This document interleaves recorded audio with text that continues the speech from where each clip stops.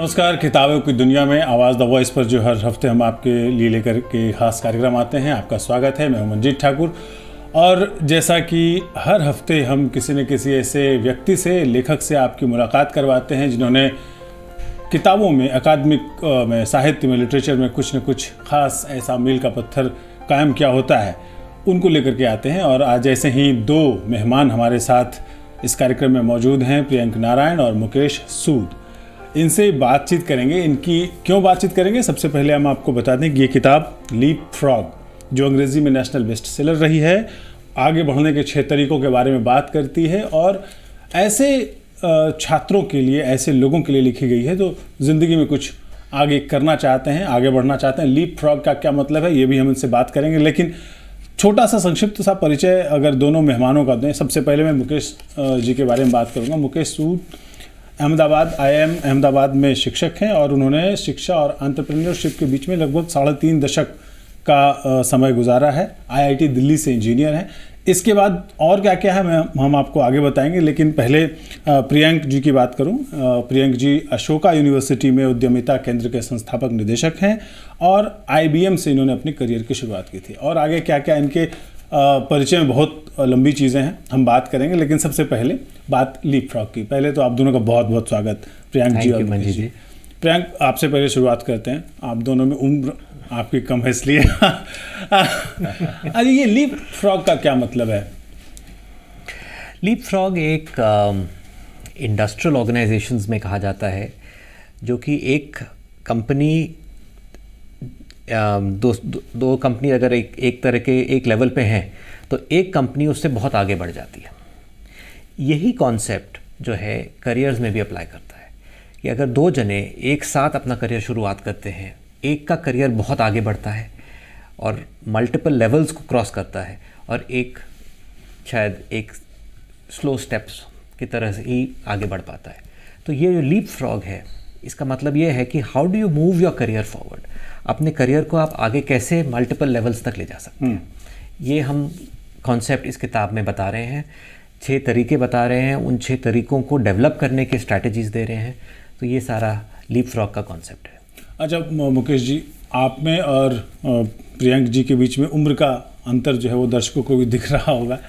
जोड़ी कैसे बन गई आप लोगों की? देखिए, प्रियंक जी जो हैं उम्र में मेरे से बहुत बड़े हैं। हाँ, देखिए हमारी दोस्ती है बहुत दिनों से, क्योंकि मैं IIM अहमदाबाद में पढ़ाता था। तो एक बार ये IIM अहमदाबाद आए थे और ये पूछ रहे थे कि आप क्यों नहीं अशोका आके पढ़ाते हो। अच्छा। तो मैंने कहा चलो ट्राई करते हैं, अगर बच्चों को इंटरेस्ट है। तो वहाँ पे हमने शुरू किया था पढ़ाना। तो उन्होंने काफ़ी हेल्प किया था इनिशियली, क्योंकि मैंने अंडर ग्रेजुएट टीचिंग किया नहीं था इंडिया में। और उसके बाद हमारी दोस्ती बनी रही। Families got to know each other. और फिर हमको स्टूडेंट्स पूछा करते थे कि सर जी आप इतने रिसर्च करते हो, पब्लिकेशन करते हो, वो जर्नल्स में जाते हैं, लेकिन पढ़ता कौन है उनको। तो इसलिए हमको आइडिया आया कि एक किताब लिख के जो रिसर्च है उसके बारे में बात करें। अच्छा, एक और सवाल निजी ज़िंदगी से आपकी। आप सूद हैं, अर्थात ऐसा लगता है कि आप पंजाब से हैं और आप रहते हैं बेंगलोर में। तो एक कोई कल्चरल ऐसा शौक, क्या ऐसा लगता होगा कि पंजाब से का जो हमारी अलग ही कल्चर है पंजाब का, बिल्कुल भांगड़ा और तमाम चीज़ें हैं जो हम लोग, छोले भटूरे और और बेंगलुरु, तो अंतर आपको लगता है कल्चर का कुछ? देखिए, हम पंजाब में कभी रहे नहीं हैं। मैं साउथ में पैदा हुआ था, चेन्नई में। हाँ। तो हम ज़्यादा साउथ में रहे हैं। लेकिन आजकल इंडिया के जो यंग लोग हैं वो काफ़ी घूमते हैं, रहते हैं, जॉब पकड़ते हैं। तो आजकल किसी को कहना कि आप साउथ के हो या नॉर्थ के हो, सब लोग सब जगह। अब देखिए, आज हमने लंच खाया है, साउथ इंडियन लंच खाया। तो प्रियंक, आपका जो अशोका यूनिवर्सिटी में जो बच्चे आते हैं उनसे किस तरह का इंटरेक्शन होता है, जिनके लिए लगे कि ये किताब जो है लीप फ्रॉग उनके लिए काफ़ी मददगार साबित होगी? अशोका में हर तरह के लोग आते हैं। जो लोग एक एंटरप्रेन्योरशिप की तरफ जाना चाहते हैं, उद्यमिता की तरफ जाना चाहते हैं, वो भी आते हैं। कोई लोग जॉब के लिए आते हैं, कोई लोग एक एकेडमिक करियर के लिए आते हैं। हर जने के लिए ये किताब रेलेवेंट है, बिकॉज़ ये किताब का पर्पस ये है कि आप जो भी करें उसमें आप कैसे आगे बढ़ सकते हैं। तो मेरे सारे स्टूडेंट्स के लिए ये एक ऐसी किताब है जो कि वो अप्रिशिएट करते हैं, उनके साथ बहुत क्लोज संबंध है, इंटरेक्शन बहुत रहता है। काफ़ी सारे एलुमनाई जो हमारे स्टूडेंट्स छोड़ के जाते हैं वो वापस आके कहते हैं कि सर जो कहानियाँ आपने क्लास में सुनाई वो आज हमारे लिए अपनी जॉब में कैसे रेलेवेंट हैं। तो एक ये कॉन्फिडेंस होता है कि जो हम उनको क्लास में सिखा रहे हैं, जो किताबों में लिख रहे हैं, वो एक्चुअली उनको हेल्प कर रहा है। तो this actually is a collection of stories from the class. जो सर कह रहे थे कि काफ़ी बच्चे कहते हैं कि आप इतनी रिसर्च करते हैं या इतनी कहानियाँ लिखते, इतने जर्नल पेपर वगैरह लिखते हैं।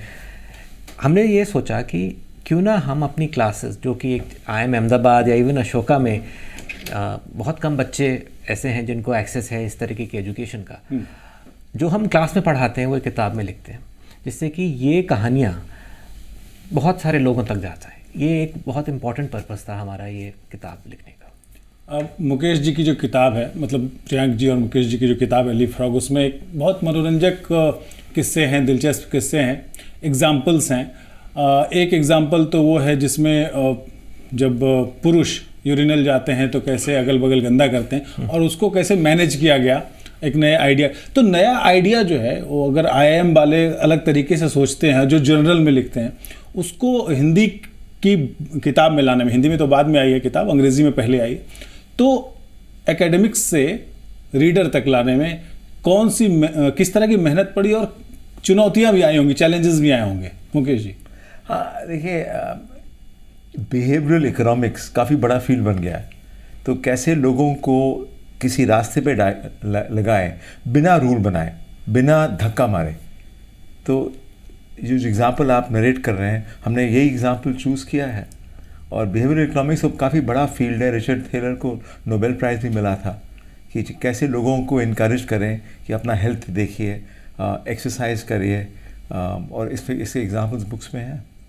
अगर हम ये सवाल करें कि किताबें जो है वो रीडर कैसे उसको ले रहा है, अगर आप नंबर खुलासा न करना चाहें तो भी, हिंदी में जब ये किताब आई है, 1 महीना हो गया लगभग इस बुक को आए हुए, 1 महीना बीत चुका है, और कैसा रीडर्स का कैसा रिस्पॉन्स रहा है, किस तरह से खरीद रहे हैं? मंजीत जी, आपने इसका जो ट्रांसलेशन किया, अनुवाद किया, it's actually really helping us with the sales.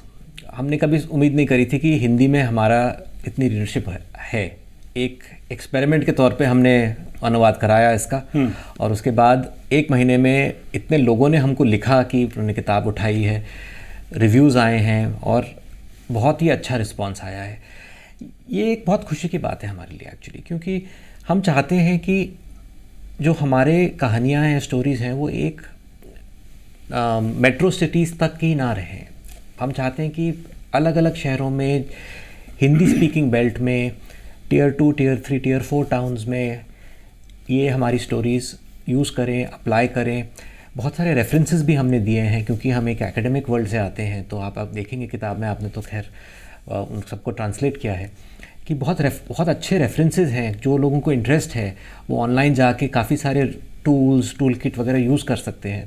तो बहुत सेटिस्फाइंग है कि हिंदी की बुक के लिए इतना अच्छा रिस्पांस है, जो कि एक तरीके से बड़े शहरों के इंस्टीट्यूशन से आई है। कुछ दिलचस्प मैं बातें जो आपने किताब में लिखी है मैं वो जानना चाहूँगा दर्शकों के लिए। जैसे एक एग्जांपल आपने दिया है नजिंग का, वो नजिंग का कॉन्सेप्ट क्या है? क्योंकि अगर आपकी किताब का टारगेट ऑडियंस मेट्रोपॉलिटन सिटीज़ के तो बच्चे हैं ही, लेकिन अगर वो हिंदी पट्टी के बच्चे हैं, रांची के, धनबाद के, पटना के, भागलपुर के बच्चे अगर इसके टारगेट ऑडियंस हैं जो अपनी ज़िंदगी में कुछ आगे बढ़ सकते हैं इस किताब के ज़रिए, तो नजिंग का जो कॉन्सेप्ट है वो आप समझाएं थोड़ा सा। जी बिल्कुल, मुकेश सर कह रहे थे नजिंग का कॉन्सेप्ट बिहेवियरल इकोनॉमिक्स से आता है। एक बिहेवियरल इकोनॉमिक्स में एक कॉन्सेप्ट है कि आप किसी को बिना उसके ऑप्शंस को कम करे, बिना उसको धक्का लगाए, उसको एक तरीके से एक डायरेक्शन में पुश कर, बहुत हल्के तरीके से को नहीं दे रहे हैं या एक तरीके से राह दिखा रहे हैं। ये एक कॉन्सेप्ट इसलिए इम्पॉर्टेंट है क्योंकि कई बारी लोग नहीं चाहते कि उनको बताया जाए कुछ भी। तो एक सटल तरीके से, बिना उनको ये लगे कि हमें कुछ एक तरीके से पुश किया जा रहा है, इसको नजिंग कहते हैं। तो और इसी चीज़ को लेके आज की डेट में बहुत सारी रिसर्च हुई है, बहुत सारे बिहेवियरल चेंज प्रोग्राम्स बने हैं। तो अगर आप देखें, फॉर एग्जांपल मैं आपको देता हूँ, स्वच्छ भारत अभियान एक एक्चुअली नजिंग का एग्जांपल है। उसमें लोगों को कॉन्शियस किया गया है कि हमें सफाई मेंटेन करनी है। किसी को कहीं पे पुश नहीं करा जाता कि आपने ये क्या किया, पर एक वातावरण ऐसे क्रिएट किया है कि सफाई का, चाहे आप अपने जेब से आज नोट निकालें, उसमें भी गांधी जी के चश्मे बने हुए, उसका क्या एक लोगो बन गया, उसका सफाई का लोगो एक रिमाइंडर है, कांस्टेंट रिमाइंडर है कि आपने सफाई मेंटेन करनी है। तो ये एक नजिंग का एग्जांपल है। छोटे छोटे तरीक़ों से आप किस तरीके से एक बदलाव ला सकें, सोसाइटी में बदलाव किस तरह के ला, समाज को चेंज करने में बहुत टाइम लगता है, तो सोसाइटल चेंज के लिए ये बहुत ज़रूरी है। समाज के बर्ताव में, उनकी आदतों में बदलाव लाने के लिए नजिंग शब्द का इस्तेमाल किया है इस लेखक की जोड़ी ने। नजिंग अंग्रेजी का शब्द है, इसका हिंदी के जो दर्शक हैं उनके लिए मैं आपको बता दूं, नजिंग यानी कुहनी से हल्का धक्का देना। इसके लिए किताब में टहोका शब्द यूज़ किया गया है, जो कि यूपी बिहार में बहुत चलता है। अच्छा, आपने सफाई कार्यक्रम की जो मिसाल दी है मुकेश जी, एक कहानी है उसी में, डोंट मेस विद टेक्सास, ये उसी से जुड़ा हुआ है कुछ? एक्चुअली काफ़ी कुछ जुड़ा हुआ है। अमेरिका में भी यही प्रॉब्लम आई थी कि टेक्सास राज्य में बहुत लोग कूड़ा फेंक रहे थे, सड़कों पे फेंक रहे थे बहुत कूड़ा, और एक तरीके से कोई डिसिप्लिन नहीं था। तो उन्होंने ये कैंपेन शुरू कर दी थी, don't mess with Texas, and उससे बहुत बदलाव आया। और आज तो खैर उस बात को काफ़ी टाइम हो गया, पर एक तरीके से बिहेवियर को चेंज करना, लोगों को जागरूक करना कि जो वो कर रहे हैं वो गलत है, वो बहुत इम्पॉर्टेंट प्रोसेस है। तो ये भी एक डेफिनेटली नजिंग का पार्ट है। उन्होंने कैसे किया था कि जो उनकी स्पोर्ट्स टीम थी, जो बहुत सक्सेसफुल थी, उनको बड़े बड़े एड्स में डाल दिया और धमका मजाक में धमकी दिखाया कि अगर आप कूड़ा फेंकोगे तो हमारे साथ लड़ना पड़ेगा। तो मजाक में इन्होंने बिहेवियरल चेंज किया, बिना रूल बनाए। क्योंकि या तो आप कहोगे कि आप गंदा फेंकोगे, आपके ऊपर फाइन लगेगा, नहीं तो आपको अगर नर्च करना है तो बिना धमकी दिए आप कैसे उस ऑब्जेक्टिव को पालन करेंगे जी। तो ये डोंट मेस विद टेक्सास करके 40 साल हो गए इस बात को, और बिल्कुल टेक्सास साफ रहा उसके बाद। एक्चुअली मंजीत जी, ये जो मजाक में कुछ कम्युनिकेशन होता है ना, ये बहुत ज़रूरी कम्युनिकेशन होता है। कई बारी लोगों को एम्बैरस करने के लिए होता है। हमारी कुछ पिक्चरों ने एक वर्ड बड़ा पॉपुलराइज कर रहा था, गांधीगिरी। कोई गंदा कर रहा है, तो अभी हमने किताब में भी लिखा है कि जो एक आदत बदलाव लाए कि भाई आप खुले में मत जाइए टॉयलेट, तो जो लोग नहीं मान रहे थे, गांव वालों ने उनको जाके रोज़ दिया, कुछ दिया। तो एक तरीके से थोड़ा मजाक, थोड़ा सा एम्बैरसमेंट से चेंज लाने की कोशिश करी, किसी को पुश नहीं किया, पर एक ह्यूमर के थ्रू भी ये चीज़। उन्होंने फिल्म भी बनाई थी इसके ऊपर, और फिल्म बहुत सक्सेसफुल रही थी, अक्षय कुमार की फिल्म थी, और तो ये सब नजिंग होता है, और इस वजह से बिहेवियरल चेंज हो जाता है बिना डंडा मारे, बिना कोई सख्त नियम लगाए। अगर आदत बदलने के लिए छोटे छोटे कार्टून्स के ज़रिए या ऐसे फिल्मों के ज़रिए। अच्छा, एक अध्याय जो है उसमें, एक चैप्टर है उसमें आपने लिखा है बौद्धिक रूप से विनम्र बनिए, जो हिंदी है इसका मतलब है इंटेलेक्चुअल तरीके से आप कैसे पोलाइट बनते हैं। क्या ये कैसे, कोई अगर इंटेलेक्चुअल है, ऐसा माना जाता है कि बड़ा घमंडी होगा, दम्भी होगा, उसके अंदर ज्ञान का, नॉलेज का बहुत घमंड हो सकता है, कैसे विनम्र बन सकता है आदमी? सबसे पहले तो इसमें जो एक पॉइंट हमने बोला है कि आप जो जानते हैं वो बहुत अच्छा है, पर दूसरे का एक पॉइंट के लिए हमेशा ओपन रहिए, और उसके इनपुट के बेसिस पे अगर आपको अपना पर्सपेक्टिव चेंज करना पड़े तो आपको ये माइंड ओपन रखना है। बहुत लोग कहते हैं कि मेरा तरीका, मेरा जो मैं जानता हूँ, जो जैसे मैं प्रेजेंट कर रहा हूँ वही है। वही चीज़ आपको दूसरों के पर्सपेक्टिव को ब्लॉक कर देती है। तो सबसे फर्स्ट स्टेप इसमें यही है कि be open to other peoples ideas. मैं इसको भी थोड़ा सा और ऐड करूँगा कि जब आप किसी नए फील्ड को देखते हैं, इनिशियली आपको लगता है कि मुझे सब कुछ पता है इसके बारे में, लेकिन थोड़ा सा आप जब रिसर्च करेंगे, आप पढ़ेंगे उस फील्ड के बारे में, तो आपको पता चलेगा कि फील्ड काफ़ी गंभीर है। आपको इतना नहीं पता जितना आपको पता था, सोचते थे आप। और जितना आप रिसर्च करते जाएंगे, एक समय ये भी आ सकता है आप सोचेंगे इस फील्ड के बारे में मुझे कुछ नहीं पता। और उसके बाद जैसे ही आपका एंगेजमेंट बढ़ेगा, आपका जो कॉन्फिडेंस है थोड़ा आस्ते आस्ते बढ़ेगा और फिर आप उसी फील्ड में एक्सपर्ट बन जाओगे। तो इसको हम इंटेलेक्चुअल ह्यूमिलिटी कहते हैं और ये काफ़ी रिसर्च्ड है सोशल साइंसेज में। और एक उद्यमिता को लेकर के एक बात है, एंटरप्रेन्योरशिप को लेकर के बात है कि उसको उसकी सोच अंदर में डेवलप करनी होगी। वो कैसे? देखिए, आईआईएम के प्रोफेसर से मैं ये पूछ रहा हूँ कि एंटरप्रेन्योरशिप बच्चों में कैसे लाई जाए, उनसे बढ़िया जवाब कोई दे भी नहीं सकता। बताएं, आप दोनों ही इसके एक्सपर्ट हैं कि आजकल के जो बच्चे, जो स्टार्टअप का ज़माना चल रहा है इंडिया में, कि भाई हम हर रोज़ देखते हैं एक नया स्टार्टअप आता है, उनमें से कुछ कामयाब होते हैं, कुछ सक्सेसफुल नहीं हो पाते हैं। तो स्टार्ट करने से पहले क्या सोचना चाहिए? देखिए, किताब में भी और जब हम पढ़ाते हैं प्रियंक और मैं, हम ये एम्फसाइज नहीं करते हैं कि आज जाके कंपनी शुरू करिए। हम ये कहते हैं कि आपका जो एंटरप्रेन्योरशिप है, माइंडसेट होना चाहिए कि आप कुछ भी करें ज़िंदगी में, आप उसकी रिस्पॉन्सिबिलिटी लीजिए और सोचिए कि आपको कैसे बढ़ाना है उस चीज़ को। कंपनी स्टार्ट होगा या नहीं होगा वो तो बात की बात है, और ख़ासकर हम अशोका में देखते हैं। आप बताइए, आपका क्या एक्सपीरियंस है? तो इसमें एक बहुत इम्पॉर्टेंट पर्सपेक्टिव हम ये रखते हैं बच्चों के सामने कि आपके हाथ में क्या रिसोर्सेज हैं आज।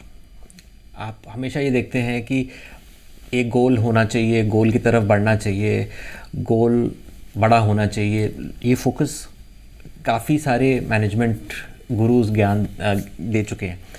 थोड़ा सा जो हमने पर्सपेक्टिव दिया वो कहे कि आपके हाथ में क्या है, आप जो कंट्रोल कर सकते हो उस चीज़ को अपने एंटरप्रेन्योरशिप की स्ट्रेंथ बनाइए। The bird in hand that you have is going to drive what you can achieve. So appreciate जो आपके साथ आज हो रहा है, जो जिनको आप जानते हैं, आपके जो स्किल्स हैं, आपके जो रिसोर्सेज हैं, उसके बेसिस पे आप क्या कर सकते हैं, उससे वहाँ से शुरुआत करिए।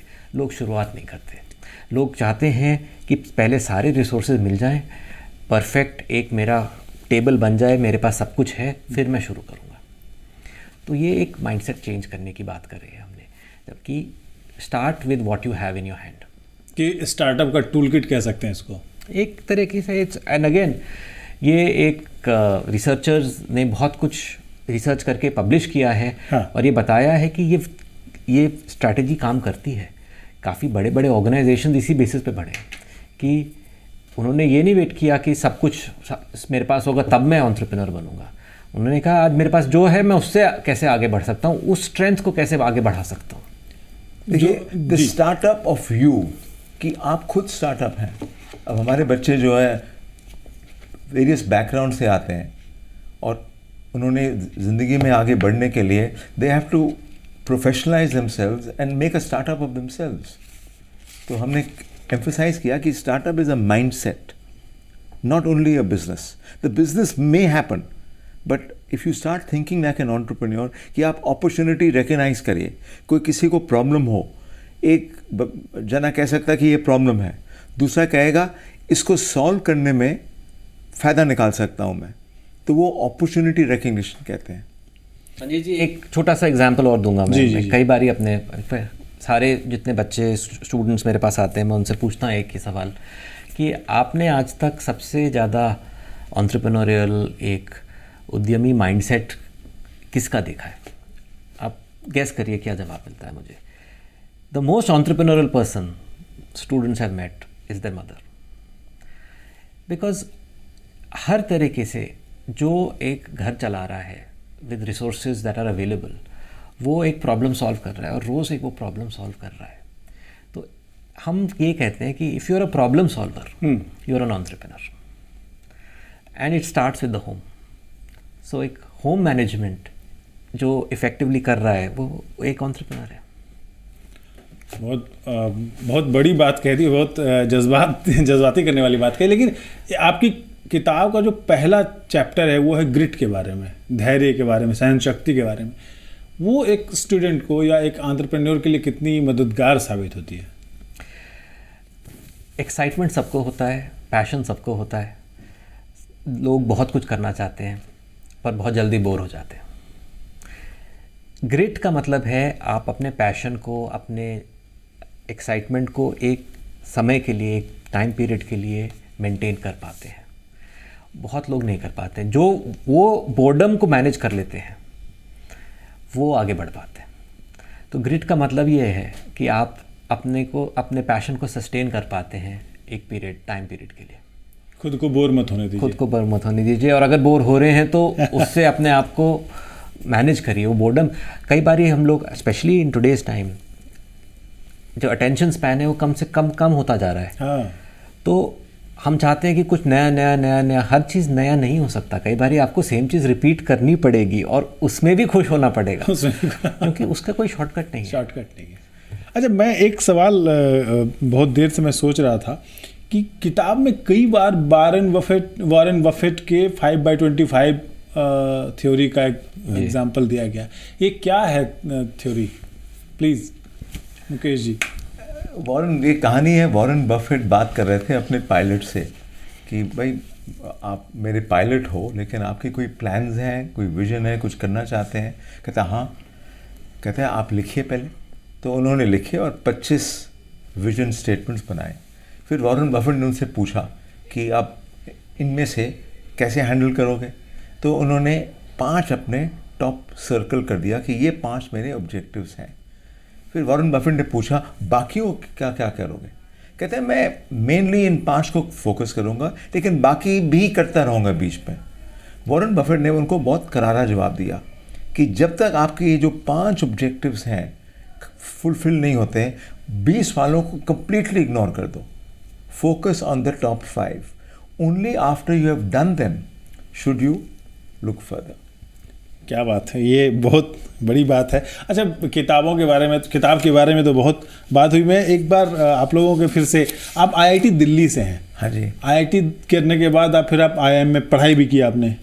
नहीं, मुझे एडमिशन नहीं मिला। अच्छा। मैंने बहुत कोशिश किया लेकिन एडमिशन नहीं मिला, तो मैं एंटरप्रेन्योर बन गया। अच्छा। और फिर मैंने अपना बिजनेस किया 15-20 साल, और फिर एकेडेमिया में मैंने पीएचडी की आईआईएम बैंगलोर से। फिर एकेडमिक बना हूँ। और प्रियंक जी, आप तो हार्वर्ड और सिंगुलरिटी यूनिवर्सिटी दोनों जगह पढ़ाई कर चुके हैं, एग्जीक्यूटिव एजुकेशन ले चुके हैं। वहाँ का अनुभव ज़रा बताएं हमारे दर्शकों के लिए, जो खास करके स्टूडेंट्स हैं। जी, देखिए, ये सारी यूनिवर्सिटीज़ एक तरीके से इंस्टीट्यूशंस हैं जो दुनिया को दिखा रही हैं कि अच्छी क्वालिटी की एजुकेशन क्या होती है, किस तरीके से की जाती है। तो एक बहुत ही अच्छा एक्सपीरियंस रहा है वहाँ जाना। पर मैं आपको एक और चीज़ ये कहना चाहता हूँ कि जो एजुकेशन हम लोग कुछ इंस्टीट्यूशंस में इंडिया में दे रहे हैं और कुछ ऐसे टीचर्स यहाँ पे हैं, they are giving you world class education. इसमें फोकस स्टूडेंट्स का बहुत होना चाहिए कि किस तरीके से आज की डेट में सारा कंटेंट अवेलेबल है ऑनलाइन। आप उस कंटेंट को किस तरीके से इम्बाइब करते हैं, यूज़ करते हैं, सीखते हैं, सवाल पूछते हैं, इन सब चीज़ों से आपको एक ग्लोबल एजुकेशन का फ्लेवर मिल सकता है। तो आज अगर आप जा सकते हैं तो बहुत अच्छा, नहीं जा सकते तो आपके पास एक्सेस है थ्रू ऑनलाइन मीडियम। अच्छा, अगर मैं आखिरी सवाल के तौर पर ये आपसे पूछूं कि आगे बढ़ने के 6 तरीके जो हैं, वो 6 तरीके कौन है? नटसेल में अगर एक स्टूडेंट्स को हम बताएं, किसी स्टूडेंट को ये बताएं कि भाई ये 6 तरीके हैं और इन 6 तरीकों के बारे में आपको विस्तार से पढ़ना हो तो लीप फ्रॉग पढ़ें, तो वो 6 तरीके कौन से हैं? सबसे पहला तो जैसे आपने बोला ग्रिट, एक तरीके से पैशन को, अपने एक्साइटमेंट को एक लंबे समय के लिए सस्टेन करना और बोर्डम को मैनेज करना। तो सबसे पहला तो ये हो गया। दूसरा जो एक सबसे इम्पॉर्टेंट है कि आप अपनी आदतों को किस तरीके से बदल सकते हैं। जो नजिंग का पॉइंट हम डिस्कस कर रहे थे थोड़ी देर पहले कि हाउ डू यू नज योर सेल्फ टू चेंज। तो चेंज अपने अंदर अगर लाना है आपने, तो उसको नजिंग को किस तरीके से करेंगे। तीसरा है एक तरीके से अपने आप को इंटेलेक्चुअली हम्बल रखना, दूसरों के पर्सपेक्टिव्स को देखना, दूसरों के आइडियाज़ से अपने आइडियाज़ को डेवलप करना। चौथा हमने बात करी है क्यूरेशन की। दुनिया में बहुत मटेरियल है, बहुत डेटा है, बहुत कुछ इन्फॉर्मेशन आज की डेट में सबके पास अवेलेबल है। आप उस केओस को किस तरीके से ऑर्गेनाइज कर सकते हैं, तो ये एक बहुत ही इम्पॉर्टेंट पर्सपेक्टिव है। पांचवी बात हमने जो करी है वो एक एंटरप्रेन्योरियल माइंडसेट की बात करी है, thinking like somebody who is going to solve problems. Problem solving का जो माइंडसेट होना चाहिए वो बहुत ज़रूरी है। इसमें मैं एक आपको छोटी सी कहानी अगर आप अलाउ करें तो मैं पढ़ के सुनाना चाहता हूँ। जी प्लीज़। और ये उद्यमिता की सोच है, उसमें सबसे इम्पॉर्टेंट पॉइंट है आस्किंग फॉर हेल्प। अगर आप लोगों से कुछ मांगेंगे नहीं तो आपको उनके रिसोर्सेज उनसे हेल्प नहीं मिलेगी। तो मैं एक छोटी सी कहानी है मैं सुनाऊंगा। 2019 की बात है। सात्विक हेडगे प्रधानमंत्री नरेंद्र मोदी के ह्यूस्टन और टेक्सास दौरे के दौरान उनके स्वागत के लिए कतार में खड़े थे। भारत के प्रधानमंत्री और तत्कालीन अमेरिकी राष्ट्रपति डोनाल्ड ट्रंप को देखने और सुनने के लिए 50,000 से भी अधिक लोग इकट्ठे हुए थे। जैसे ही दोनों नेता बच्चों के पास से गुजरे, सात्विक आगे बढ़े और उन्होंने दोनों नेताओं को एक सेल्फी खींचने के लिए रिक्वेस्ट करी। राष्ट्रपति ट्रंप सहमत हुए। प्रधानमंत्री मोदी कुछ कदम आगे बढ़ गए थे। इसमें शामिल होने के लिए वो वापस आए। सात्विक ने अपना हाथ बढ़ाया और दुनिया की सबसे पावरफुल सेल्फी खींची। सात्विक के बगल में एक लड़की खड़ी थी। उसके चेहरे का भाव बड़ी कहानी बता गया। उसका हाथ मुंह पे ढका रह गया और आंखें फैल गईं। आखिर सात्विक इतना दुस्साहसी कैसे हो सका? How could he be so courageous? बाद में एक टेलीविज़न इंटरव्यू में 13 वर्षीय सात्विक ने बेपरवाह होकर ये बोला कि अगर आपको कोई चीज़ चाहिए तो उससे मांगने के वाकई कोई हर्ज नहीं है। If you don't ask the answer will always be no. तो ये एक बहुत ही इम्पॉर्टेंट पॉइंट है कि एक एज एन एंटरप्रेन्योर आप किस तरीके से लोगों से रिसोर्सेज मांग सकते हैं। और जो लास्ट पॉइंट है, the sixth point is that अपने डिसिप्लिन, अपने सब्जेक्ट के आगे भी आप पढ़ाई करिए। आप आज का दौर है वो है एक इंटरडिसिप्लिनरी एजुकेशन की। तो अगर आप जैसे अकाउंटिंग में हैं तो आप सिर्फ अकाउंट्स को लेके ही मत पढ़िए आगे, आप 2-4 चीज़ें और भी पढ़िए आगे, जिससे कि एक अलग अलग सब्जेक्ट्स, अलग अलग डिसिप्लिन्स को आप साथ ला सकें और उसके इंटरसेक्शन पे आइडियाज़ जो जनरेट होते हैं उससे आप आगे बढ़ सकें। तो ये 6 तरीके हैं। इसमें टूल किट्स भी हैं, इसमें बहुत सारे आइडियाज़ हैं इनको इम्प्लीमेंट करने के। हर तरीके को समझने के 3 और आइडियाज़ दिए हुए हैं। तो काफ़ी पावर पैक बुक है ये किताब जो है, जिसके बारे में प्रियांक खुद कह रहे हैं कि पावर पैक है। असल में ये किताब हर उस स्टूडेंट के लिए, रीडर के लिए, या अगर आप काम कर रहे हैं तो भी एक ऐसी अभ्यास पुस्तिका है जिसके आधार पर आप अपने आप को बदल सकते हैं। ये मैं नहीं कह रहा हूँ, इस किताब में बहुत सारे लोगों ने अपनी राय दी है, बड़े बड़े लोगों ने। और अगर आगे बढ़ने के तरीक़ों के बारे में आपको लगता है कि मैनेजमेंट गुरुओं से राय लेनी चाहिए और ऐसे IIM जाने का सपना देखते हैं या फिर अशोका यूनिवर्सिटी में पढ़ने का सपना देखते हैं या ऐसे ही किसी और जगह पर जा कर के एजुकेशन लेने की कोशिश आप कर रहे हैं, तो उससे पहले हम आपके लिए 2 ऐसे मैनेजमेंट गुरु लेके आए हैं जो ऐसे बच्चों को तैयार करते हैं। तो इनकी राय सुनिए और इनकी किताब आप पढ़ें। पेंगुइन स्वदेश से छपी है किताब, एक बार फिर मैं आपको दिखा रहा हूँ और आप दोनों भी अगर दिखा दें किताब, तो ये किताब बहुत बढ़िया किताब है। सिर्फ कीमत बहुत कम है, 299 रुपये है। अगर अमेज़न वगैरह से लेंगे तो और भी छूट पे किताब आ रही है, डिस्काउंट पे आ रही है। तो आप दोनों का, प्रियांक और मुकेश, आप दोनों को हमारे स्टूडियो में आए, अपना कीमती वक्त निकाल के आए, बहुत बहुत शुक्रिया। और जितने भी हमारे दर्शक हैं उनसे हम अनुरोध करेंगे कि आप, इस किताब में इन दोनों के मेल ID भी दिए हुए हैं। अगर आप चाहें तो हमारे वीडियो के कमेंट सेक्शन में जाकर के अपने सवाल पूछ सकते हैं। हम वो सवाल जो है इन तक पहुंचा देंगे, वो जवाब भी देंगे जी। तो आज के कार्यक्रम में इतना ही। बहुत बहुत शुक्रिया एक बार फिर से प्रियांक जी का और मुकेश जी का और आप सभी दर्शकों का जिन्होंने इस कार्यक्रम को देखा। अगली बार फिर किसी ऐसी ही शख्सियत के साथ फिर से मिलेंगे। दीजिए विदा मंजीत ठाकुर को और पूरी टीम को। नमस्कार।